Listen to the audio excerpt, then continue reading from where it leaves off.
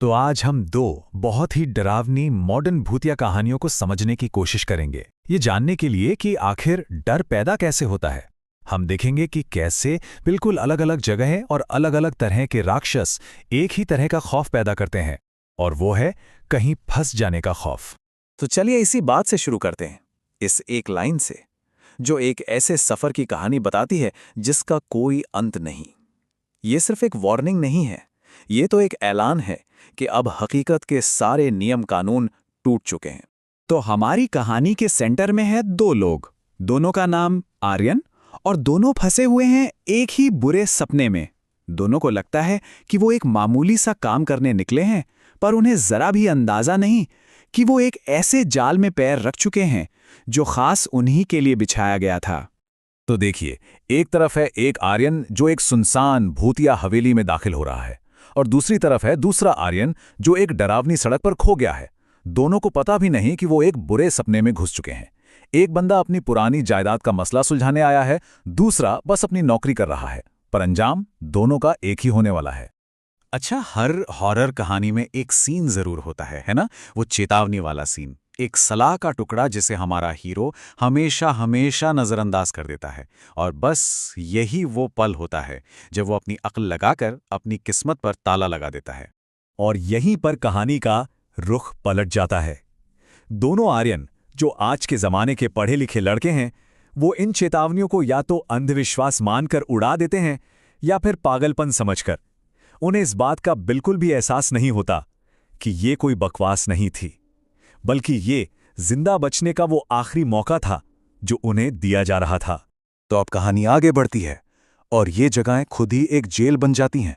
एक असली जेल जिसकी दीवारें हैं, और दूसरी दिमाग की जेल। मतलब ये सिर्फ हॉन्टेड जगह नहीं है, ये तो एक्टिव ट्रैप हैं, एक ऐसा जाल जो उन्हें अंदर खींच रहा है। माया निवास में जो डर है वो ऐसा है जिसे महसूस किया जा सकता है, छुआ जा सकता है। वो हवेली खुद अपनी दीवारों, अपने दरवाजों का इस्तेमाल करती है आर्यन को फंसाने के लिए। हर आहट, हर बंद होता दरवाजा उसे बार बार याद दिलाता है कि वो अब एक कैदी है। लेकिन NH-43 का मामला बिल्कुल अलग है। वहां जेल बाहर नहीं, दिमाग के अंदर है। वो सड़क बार बार उसे एक ही जगह लाकर और अजीबोगरीब चीजें दिखाकर उसे शक और डर के गोल चक्कर में फंसा देती है।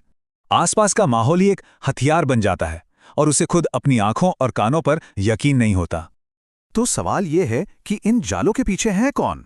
आखिर ये कर कौन रहा है? चलिए अब इन दोनों कहानियों के विलेंस के काम करने का तरीका समझते हैं।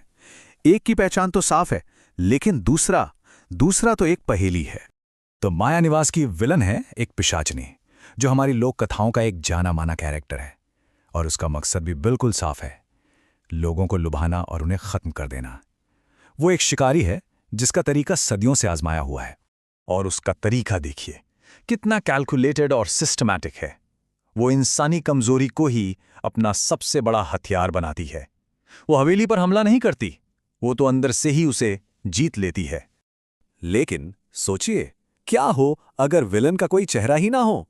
क्या हो अगर दुश्मन कोई इंसान या जानवर नहीं बल्कि खुद एक जगह हो, एक कॉन्सेप्ट? और यहीं से हम आते हैं अपनी दूसरी कहानी पर, जहां का विलन इससे कहीं ज्यादा अजीब और डरावना है।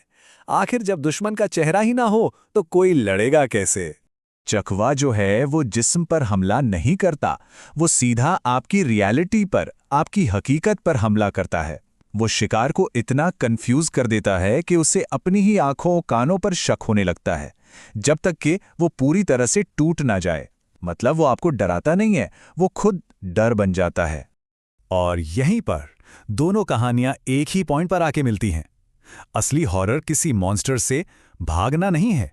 असली हॉरर तो ये एहसास है कि भागने का कोई रास्ता कभी था ही नहीं। खेल तो असल में शुरू होने से बहुत पहले ही खत्म हो चुका था। इस कहानी में आर्यन के लिए क्लाइमैक्स का पल वो है जब उसे एक भयानक सच का पता चलता है। उसका ये पूरा सफर, जिंदा रहने की ये पूरी जद्दोजहद असल में कुछ थी ही नहीं। वो तो बस उसकी अपनी मौत की एक गूंज थी जो उसे बार बार सुनाई दे रही थी। वो किसी चीज से भाग नहीं रहा था, वो तो बस अपनी मौत के आखिरी पलों को बार बार जी रहा था। अब दूसरी कहानी में जो ट्विस्ट है वो हीरो के बारे में नहीं, बल्कि उसके पूरे खानदान के बारे में है। उसकी किस्मत तो उसके पैदा होने से भी पहले लिखी जा चुकी थी। ये कोई पर्सनल मामला नहीं है, ये तो एक पीढ़ी से दूसरी पीढ़ी तक चलने वाला श्राप है। तो इस वाले आर्यन के लिए बचना नामुमकिन था। क्यों? क्योंकि वो कोई रैंडम विक्टिम नहीं था, वो तो एक सोचा समझा टारगेट था।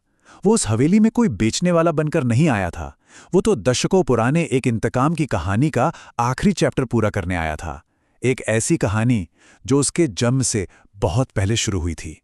तो आखिर में दोनों कहानियां सुपरनैचुरल पावर का इस्तेमाल करती हैं एक ऐसे जाल को दिखाने के लिए जिससे निकलना नामुमकिन है, और हमारे लिए एक बहुत ही परेशान करने वाला सवाल छोड़ जाती हैं। असली दीवारों वाली जेल से निकलना ज्यादा मुश्किल है या उस जेल से जो हमारे अपने दिमाग के अंदर है?